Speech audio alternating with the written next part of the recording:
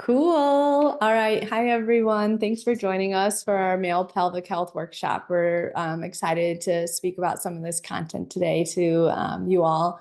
My name is Elizabeth Campbell. I'm a pelvic health therapist here at Limitless in our Greece location. And I'll let everyone else introduce themselves too. I'm Priya. I'm one of the pelvic PTs here at the Greece location as well. And my name is Arissa, and I'm one of the pelvic PTs at the Brighton location.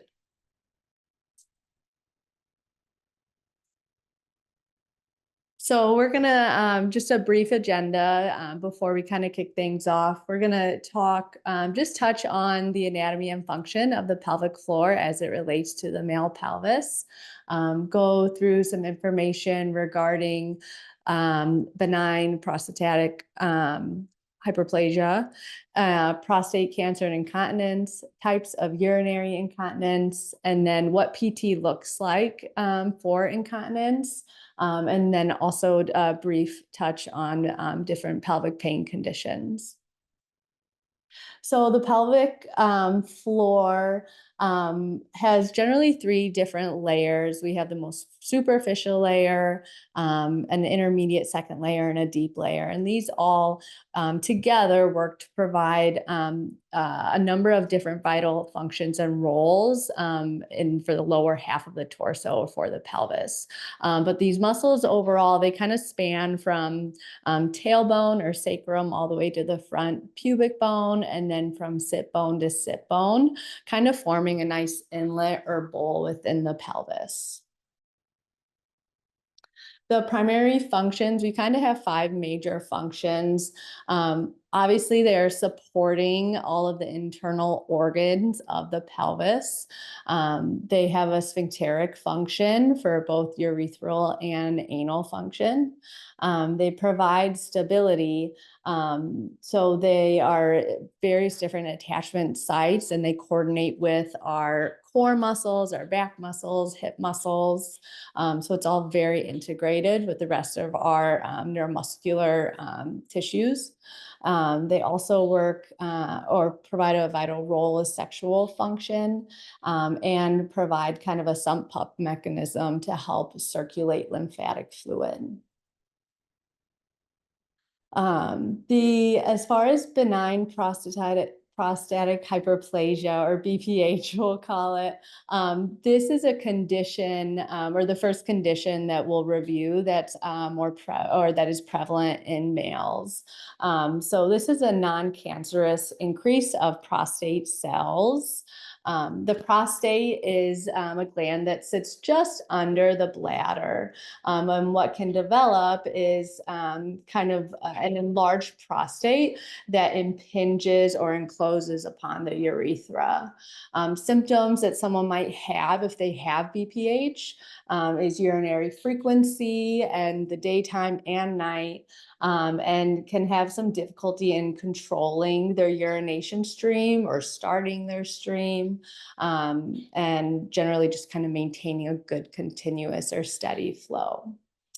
There are normative values as far as prostate volume, and this is something that would be evaluated with your medical provider, and is kind of a measure or a marker that they use to identify kind of what level or what trend you might have in regards to BPH.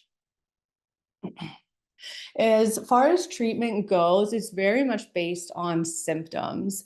PT, or pelvic floor physical therapy, is really indicated if someone becomes symptomatic, whether that is urinary incontinence, and maybe a pelvic pain kind of presentation, or the other intervention would be surgery. This most typical surgical treatment is what they call the TURPS procedure, or some refer to as the Roto-Rooter procedure, where basically they're going through the urethra and kind of clearing out a little bit better of a path within the urethra through the prostate to improve urine flow. As far as PT interventions, either following the TURP procedure, it's again working to improve your urinary control, address any pain conditions you might have, and implementing again any kind of like functional goals that patients might have along with that. The next condition is prostate cancer. This is the leading cancer diagnosis in men. It has a very high survival rate, and often is asymptomatic until it advances to those later stages of disease. There's a significant number of treatments, all of which are reviewed in full with a urologist. But we won't cover the full extent of them. We'll kind of hit some of the main ones that we kind of have interaction with the most. The primary symptom that we would typically see a patient for who has prostate cancer is typically the development of urinary incontinence. This can occur in upwards of 90% of men who are diagnosed with prostate cancer and undergo a prostatectomy. It also is very commonly occurring in those who receive radiation or brachytherapy. There's a couple of different risk factors for individuals who will develop or maybe have a higher propensity for developing urinary incontinence. That includes the big ones are age, if they have pre-existing incontinence symptoms or voiding dysfunctions, if there was any disruption or the disruption or preservation of neurovascular bundles during surgery, if there was damage to the sphincters, whether that's internal or external, and then any neurological conditions that might also be pre-existing. And then another kind of important one is BMI or someone who is overweight. And this is something that in preoperatively would be a really great point to hit with patients and is something we educate patients a lot on as far as addressing some of this.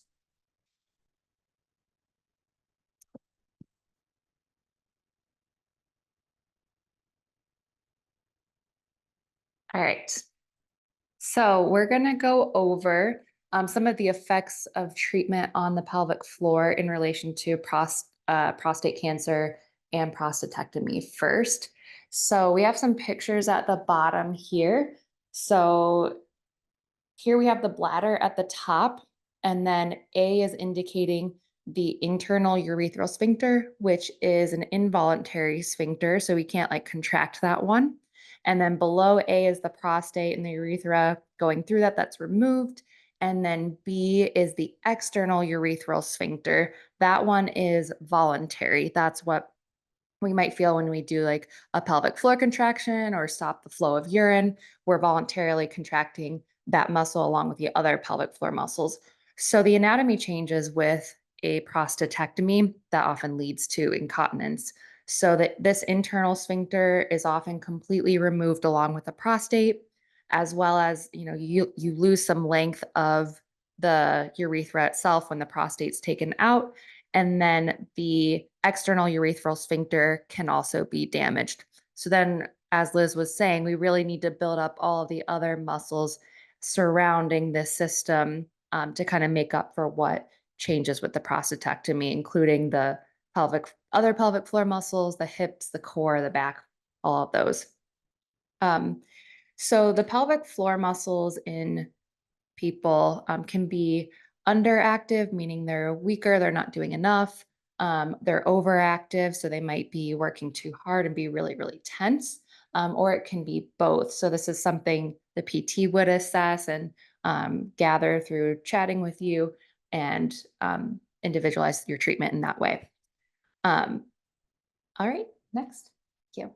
So we also mentioned that there are nerves in this area as well. So in the picture, you can see all of the yellow are nerves kind of surrounding the rectum here, the bladder, and the prostate.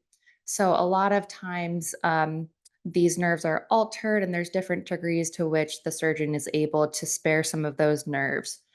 With more sparing, the better, but it kind of just depends on the individual person.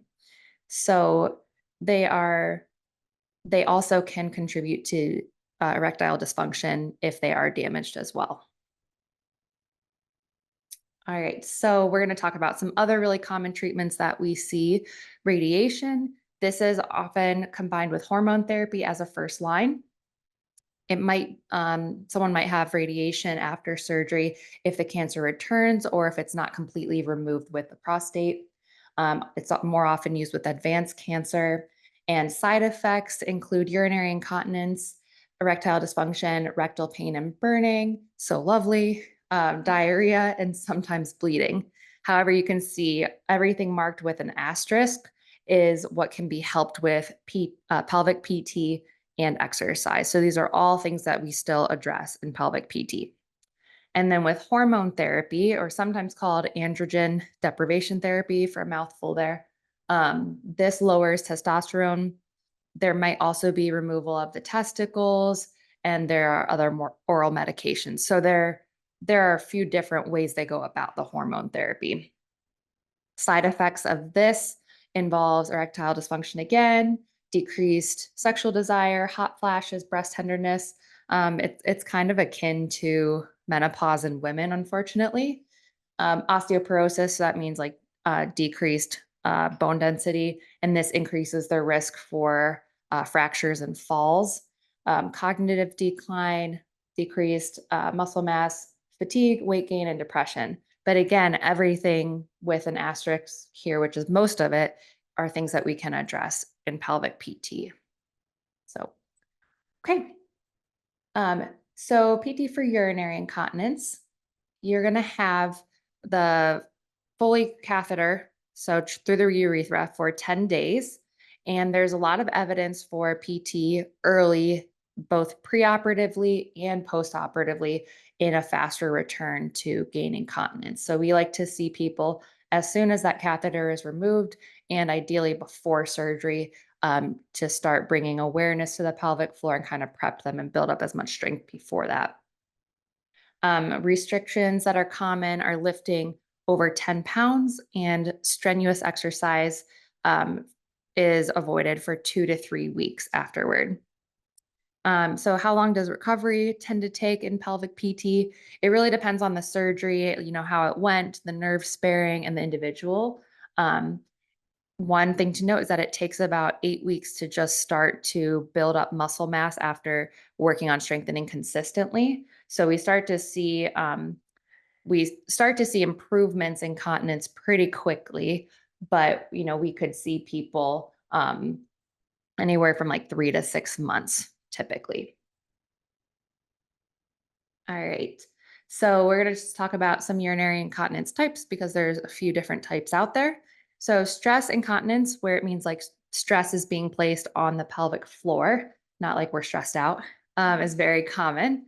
So this is typically the most common one that we see. So this would be like leaking when you like reach for something, you bend for something, you cough or sneeze or laugh.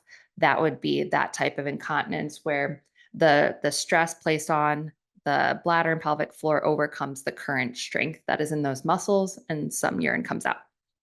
Urge incontinence is related to having leakage with an uncontrolled urge, that you feel it and you just aren't able to control it well enough and then leak. Mixed incontinence would include both of those types, or it could also include functional incontinence, which is difficulty making it to the bathroom for some other reason.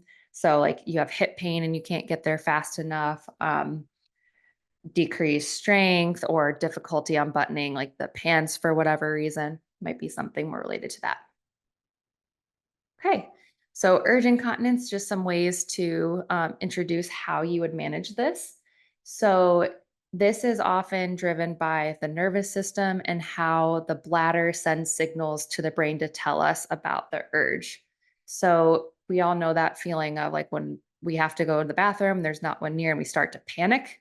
So this is what we want to decrease that panic and gain more control over time.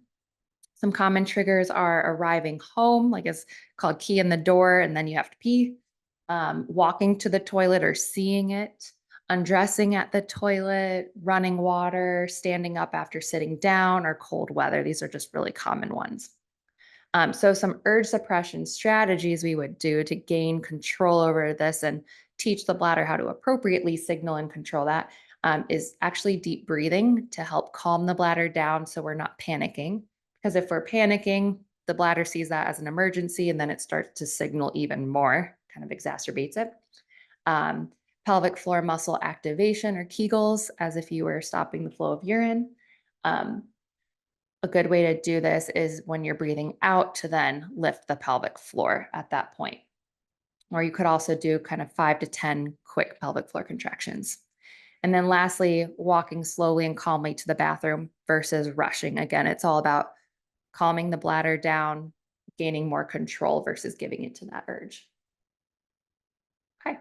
And then for stress incontinence, the pelvic floor can't withstand the stress placed upon it. So this is associated with an increased pressure within the abdomen. And this picture is a great one here where you can see that the pressure comes down in the bladder, say like with a sneeze, and then these muscles here just aren't quite strong enough to withstand that. And then some urine goes through the urethra and out. Bending and lifting, laughing, twisting and reaching are really common ones. And of course, like high impact exercise, like jumping or something like that. So here we need to manage the pressure within the abdomen, and we're going to talk a little bit more about that and the forces placed on the pelvic floor.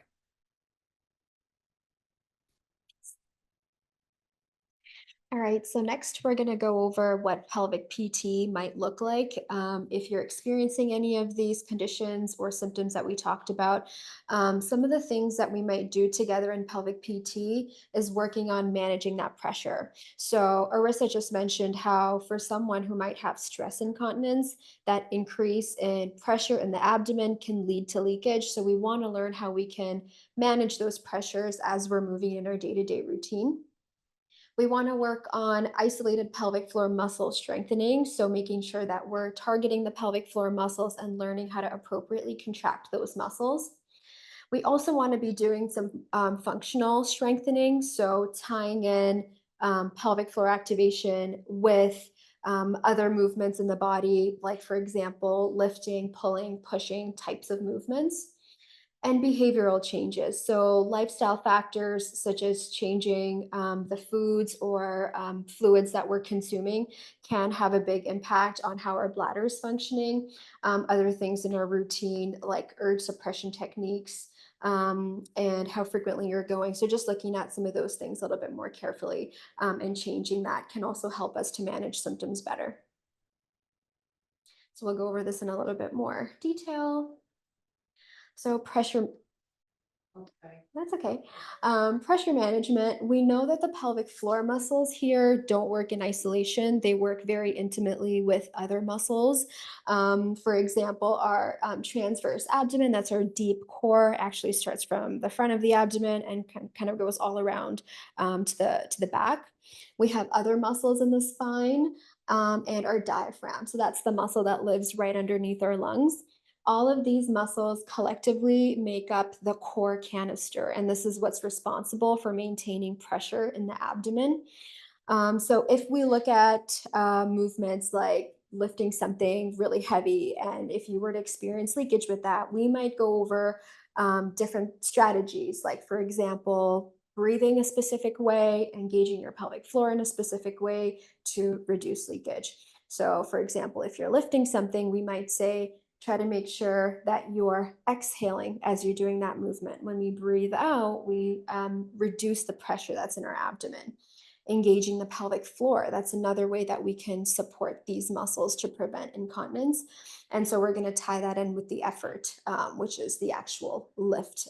So those are the 3 E's that you want to remember. And again, we would go over this more specifically in session in pelvic PT. One of the things that I'd like to go over with you next is thinking about how pressure changes in our abdomen as we breathe. So if you think about taking a nice deep breath into your belly, not high up into your chest, but really thinking about your abdominals, your rib cage expanding, it makes sense that you would see your belly rise as you breathe in. But what's a little less intuitive is that our pelvic floor also expands as we breathe in. And that's how these systems are connected. And that's how pressure impacts the pelvic floor. So sometimes I'll think about a balloon in the belly. If you take a deep breath in, that balloon is filling up, and the pelvic floor is just the bottom of that balloon also expanding. And as you exhale, the system shrinks, your pelvic floor rises up, and your belly falls. So isolated pelvic floor contractions, this is a question that a lot of people have when they come in for pelvic PT. How do I do a pelvic floor contraction? How do I know if I'm doing this properly? There are multiple ways that we can assess the pelvic floor. We can do an internal rectal exam, which is a digital exam. We use one finger with gloves and lubrication to do that.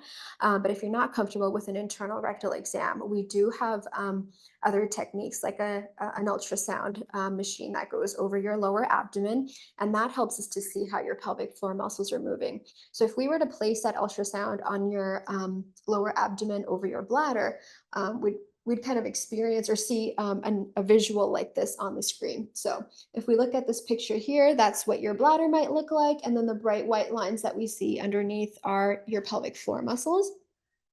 And so to help you visualize and see that pelvic floor lift, we might give you some cues or some visual techniques.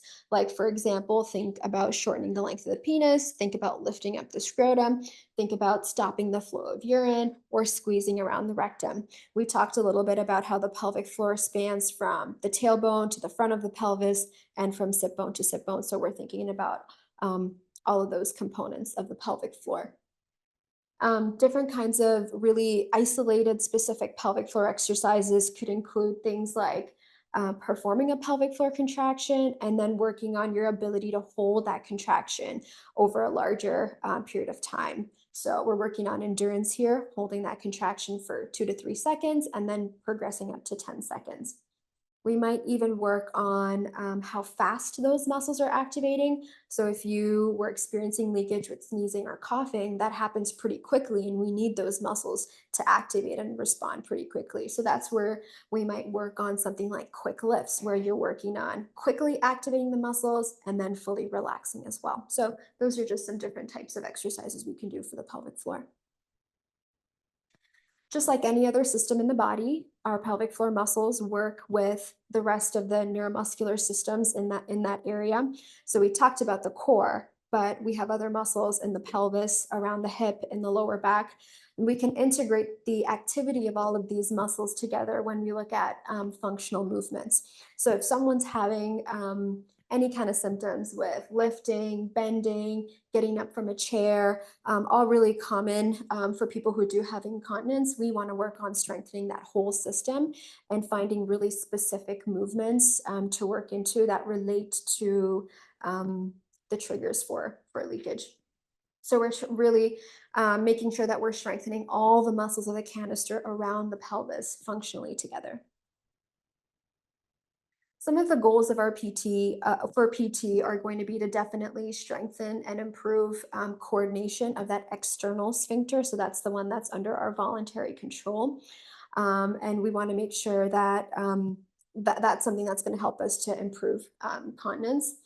Part of what we'll do is work on reducing the level of overactivity in the bladder. So just making sure that we're working on being able to hold urgency in urine for a longer period of time.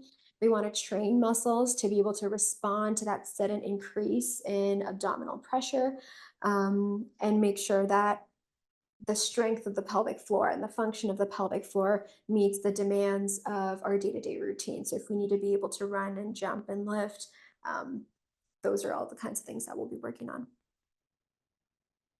So talked a lot about incontinence, but we know that we can see people who have other things going on around the pelvic floor, such as pain. So any kind of pelvic pain can present as pain in the hips, in the back, in the groin, in the testicles, in the penis, the perineum, which is that space just in front of the rectum and the anus, and the coccyx, which is the tailbone. So we can also address these pain areas in PT. So sometimes people can have pain in areas away from the pelvic floor specifically. So you might have pain in the hip or the lower back, and that pain could be coming from the pelvic floor. So we know that we have, and also we have different nerves that come from the back, and those nerves feed into the pelvic floor. So those are all things that we're going to be looking at and evaluating in PT, is looking at, where's your pain coming from? Is your pelvic floor involved in that? And we can address that accordingly.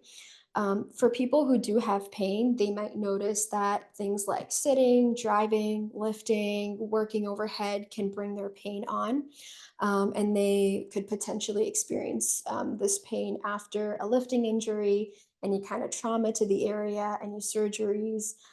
For example, hernia repair, testicular torsion, prostatectomy, vasectomy.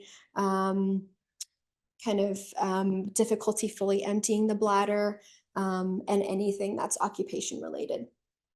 So we've talked a lot about strengthening the pelvic floor. That's pretty intuitive. If you have weakness, we want to strengthen to support the whole system in the pelvic area. But sometimes when pain is present, we actually need to work on the opposite, making sure that those muscles are able to fully relax. And being able to lengthen those muscles is a really important part of the pelvic floor function. And as your pelvic PTs, we would help you figure out and kind of learn what's more appropriate at what time. All right. Awesome. Thanks for tuning in.